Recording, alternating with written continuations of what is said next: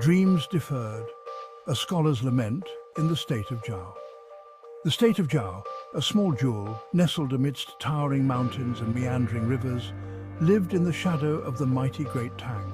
Its people, known for their resilience and simple living, looked upon the distant capital of Chang'an with a mixture of awe and longing. Among them was Meng Hao, a young man from the humble Yunji county, his heart brimming with scholarly ambition. He yearned to pass the imperial exams, to bring honor to his family, and to serve the empire with his knowledge. Years passed, and seasons turned. Yet Meng Hao's dreams remained elusive. He toiled day and night, his brush dancing across scrolls, memorizing ancient texts, and honing his calligraphy. He traveled to the bustling city of Handan, the capital of Zhao, to test his mettle against the brightest minds in the land. Each time he returned to Yunji County with a heavy heart, the coveted title of scholar remaining out of reach. Disappointment etched lines on his youthful face, and a sense of hopelessness began to gnaw at his resolve. The weight of his failures pressed down on Meng Hao, threatening to extinguish the flicker of hope that still flickered within him. He felt like a ship lost at sea, tossed about by waves of despair, its compass shattered and its sails torn. His once bright dreams seemed to fade into the distance, replaced by the cold reality of his situation. The laughter of children playing in the village square, once a source of joy, now served as a painful reminder of his unfulfilled aspirations. Whispers on the wind, a cry for help on Mount Tai. Seeking solace from the suffocating disappointment that pervaded his life, Meng Hao sought refuge in the solitude of Mount Tai. The mountain, with its ancient trees and winding paths, had always been a source of comfort, a place where he could lose himself in the embrace of nature. As he ascended the familiar trail, each step seemed heavier than the last, his body mirroring the burden on his soul. He reached the peak as the sun began its descent, casting long shadows across the landscape. The air was still, and an eerie silence hung heavy, broken only by the gentle rustling of leaves. Meng Hao closed his eyes, letting the cool breeze wash over him, carrying away the noise and chaos of the world below. He pulled out a piece of parchment, his fingers tracing the words he had painstakingly written, a heartfelt plea to the heavens, outlining his dreams and expressing his despair. With a heavy heart, he folded the parchment and tossed it into the wind, watching as it was carried away by an unseen current, like a message in a bottle cast into the vast ocean. As he stood there, his gaze lost in the distance, a faint cry reached his ears, barely audible above the whisper of the wind. It was a cry for help, filled with urgency and fear. Meng Hao's head snapped up, his senses on high alert. He strained to listen, his heart pounding in his chest. The cry came again, this time closer, confirming his suspicions.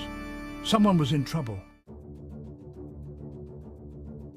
A bridge of hope, Meng Hao's courage, and the rattan vine. Instinct took over, and Meng Hao scrambled towards the direction of the cries, his own troubles momentarily forgotten. He navigated the treacherous mountain path with a newfound sense of purpose, his heart pounding in his chest. As he rounded a bend, he was greeted by a sight that stopped him in his tracks. A group of people were huddled together on a ledge, their faces etched with terror. They were precariously perched near the edge of a deep crevice, the ground beneath them crumbling away. Among them was Wang Yukai, a tea merchant from his village, his face ashen with fear. "Meng Hao, help us!" Wang Yukai cried out, his voice trembling.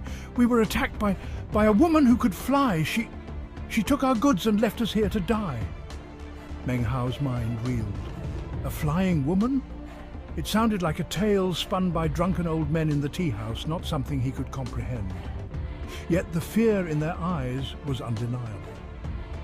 Without hesitation, Meng Hao sprang into action. He spotted a thick rattan vine, its tendrils firmly rooted in the earth, dangling across the chasm like a lifeline. He tested its strength, pulling on it with all his might. It held firm. "I'm going to lower this vine," he shouted to the terrified group. "Tie yourselves to it one by one and I'll pull you up." His voice, though calm, did little to soothe their fear, yet they knew this was their only chance. The heavens descend, elder sister Shu and the dance of immortals. One by one, Meng Hao, with grit and determination, hauled the stranded villagers to safety. His muscles burned and his lungs screamed for air, but he didn't relent. Finally, only Wang Yukai remained, clinging to the vine, his face pale and drawn. Just as Meng Hao was about to pull him up, a gust of wind swept across the mountaintop, whipping his hair into his eyes. He looked up, startled, and his breath caught in his throat. Hovering above them, bathed in an ethereal light, was a woman. She was dressed in flowing robes of celestial blue, her long black hair cascading down her back like a waterfall. Her eyes, as bright as the stars in the night sky, seemed to pierce through Meng Hao, reading his very soul. She was not flying in the conventional sense. Instead, she seemed to float, her feet barely touching the ground as if she were dancing on air. "So, it is you who have been meddling in my affairs," she said, her voice like the tinkling of wind chimes, echoing strangely in the stillness of the mountain air. Wang Yukai whimpered, pointing a trembling finger at the woman. "It's her, Meng Hao, the flying demoness. She stole our goods." The woman sighed, a hint of exasperation in her voice. "I am no demoness, mortal," she said, her gaze fixed on Meng Hao. "I am Shu Qing, a cultivator of the Reliance sect." She extended her hand, and a ball of light, pulsating with an otherworldly energy, materialized above her palm. The state of Zhao. A land of soaring mountains and fertile valleys where ancient forests whispered secrets on the wind. For 1,000 years, the Reliance sect had stood as a beacon of power within this realm. It was more than just a sect. It was a symbol of stability, a pillar of strength in a world often shrouded in chaos. Generations of cultivators had trained within its hallowed halls. They sought enlightenment, power, and the ability to transcend the mundane world. The sect's influence stretched far and wide, touching the lives of emperors and peasants alike. Its history was woven into the very fabric of the state of Zhao. Legends spoke of miraculous feats performed by the sect's masters, tales of dragons tamed and demons vanquished. The very air within the sect's grounds seemed to crackle with latent energy. It was a place where the impossible felt tantalizingly within reach. Yet even the grandest of trees can succumb to the ravages of time. Even the brightest of stars must eventually dim and fade.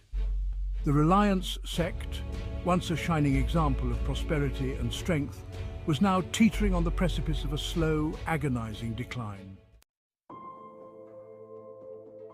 At the heart of the Reliance sect's legacy stood Patriarch Reliance, a figure shrouded in both reverence and mystery. Legends painted him as a demigod, a being who could move mountains with a flick of his wrist and command the very elements. It was he who had established the sect millennia ago, laying the foundation for its enduring legacy. Patriarch Reliance's teachings had become the bedrock of the sect's philosophy. He espoused self-reliance, discipline, and the relentless pursuit of self-improvement. His words, etched into stone tablets, still resonated within the grand halls of the sect, a constant reminder of the principles upon which the Reliance sect was built. During Patriarch Reliance's reign, the sect flourished. Its disciples were renowned throughout the land for their prowess and unwavering moral compass. They were the protectors of the innocent, the shield against the encroaching darkness that threatened to consume the world. But Patriarch Reliance was long gone, vanished into the annals of history. Some whispered he ascended to a higher plane of existence, transcending the mortal coil. Others claimed he simply grew weary of the world and chose to retreat into seclusion. Whatever the truth, his absence left a void within the sect, a void that grew larger with each passing generation. The once bustling training grounds now lay eerily quiet. The laughter of disciples sparring had been replaced by the rustling of wind through overgrown weeds. The air, once thick with spiritual energy, felt stagnant, heavy with the weight of forgotten glory. The decline had been gradual at first, a slow but steady erosion of power and influence. The reasons were manifold: internal strife, dwindling resources, and the rise of rival sects all played a part in the sect's downfall. The once prestigious Reliance sect was now a shadow of its former self. Its name, once whispered with reverence, was now uttered with pity or disdain. Desperate times called for desperate measures.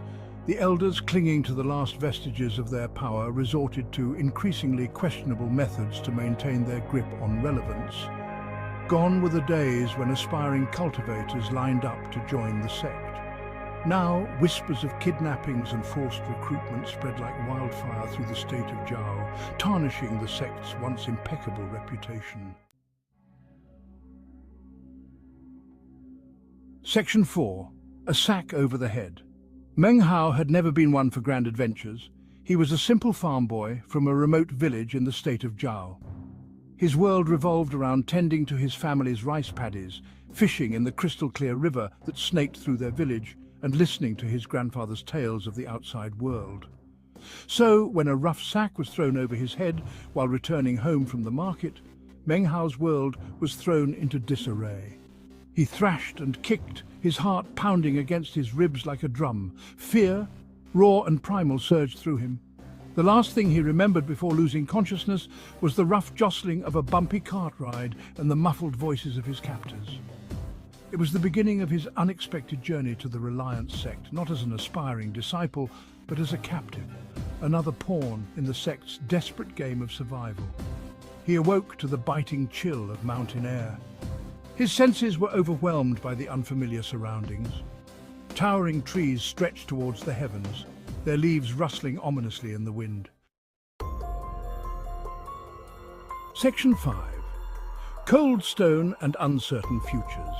Meng Hao found himself herded along a winding mountain path, flanked by other disoriented and frightened individuals.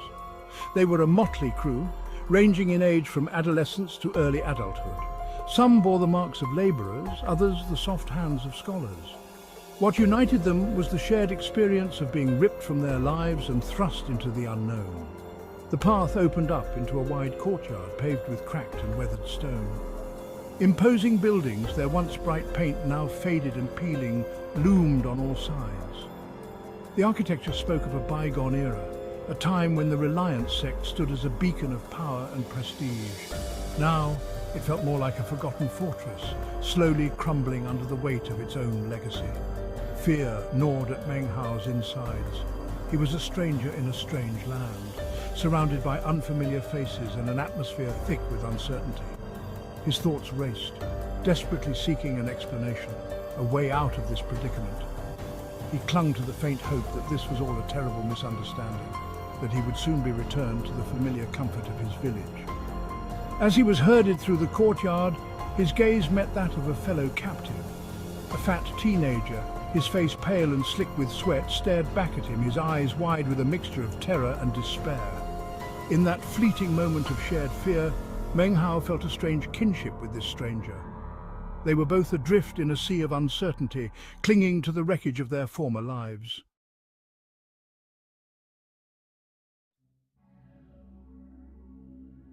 The flickering lamplight cast long shadows across the room. Meng Hao's eyes snapped open. He was no longer in his tiny village nestled at the foot of Mount Kunlun. He was in a Spartan room, the air thick with the scent of old wood and something vaguely metallic. Disoriented, he sat up, his heart pounding. Just as quickly, the door swung open with a bang. A hulking figure filled the doorway, his face half-shadowed, half-illuminated by the lantern he held aloft. The man was a giant, his expression severe, his eyes like burning coals. "Up, boy!" he barked, his voice a gravelly rumble. "You think you're here to sleep? This is the Reliance sect, not some lazy afternoon nap." Meng Hao scrambled back, clutching his thin blanket. He had heard whispers of the Reliance sect's strictness, but this was beyond anything he had imagined. He stammered, I was just... "Silence!" the giant roared, taking a menacing step forward. "I am Grandpa Tiger, and you will learn to obey. Now out, there's work to be done." Meng Hao stumbled out into the hallway, his mind reeling. He had dreamed of joining the Reliance sect, of learning the ways of the immortals and soaring through the heavens.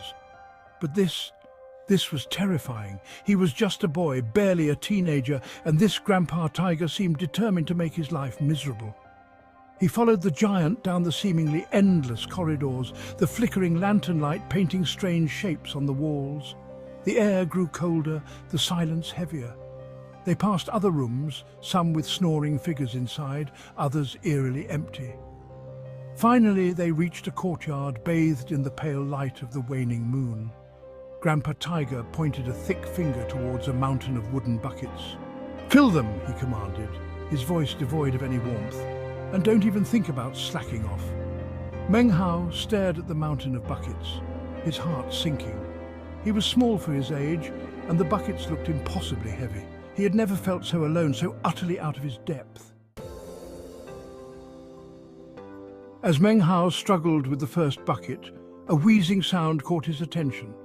A figure emerged from the shadows, his bulk even more impressive than Grandpa Tiger's. He moved with surprising speed for his size, his round face glistening with sweat. "New recruit?" the fat teenager asked, his voice surprisingly high-pitched. He hefted 2 full buckets with ease, his belly jiggling with the effort. "Don't worry, you get used to it. Name's Fatty, by the way." Meng Hao, grateful for the friendly face, introduced himself. He learned that Fatty had been at the Reliance sect for almost a year, and that Grandpa Tiger was notorious for his harsh treatment of new recruits. "They say he's trying to weed out the weak," Fatty whispered, his eyes darting around nervously. "Only the strong survive in the Reliance sect." Meng Hao looked at the mountain of buckets, his resolve hardening. He wouldn't be weeded out. He would prove his strength, even if it killed him. Hours crawled by. The moon dipped below the horizon, and the sky began to lighten with the promise of dawn. Meng Hao's arms ached, his back throbbed, and his mind was numb with exhaustion. He had barely made a dent in the mountain of buckets. Grandpa Tiger, thankfully, was nowhere to be seen, but Meng Hao knew he couldn't keep this up for much longer. He needed a plan, and fast. He glanced at Fatty, who had collapsed on a bench, snoring softly.